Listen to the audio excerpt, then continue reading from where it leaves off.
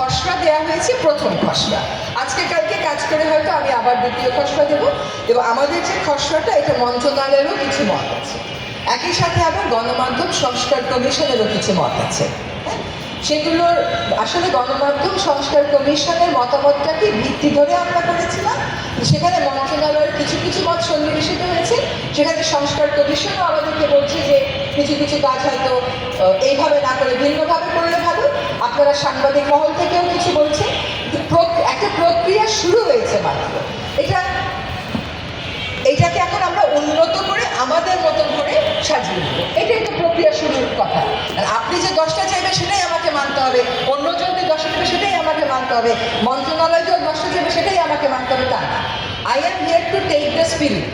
আপনাদের স্পিরিটটা কি আছে সেটা বুঝে আমরা এটাকে লিখিত করবো। তো আমরা যে মতামতগুলো পাচ্ছি সেগুলোর আলোকে আমরা আবার একটা সংশোধনী খসড়া দেবো।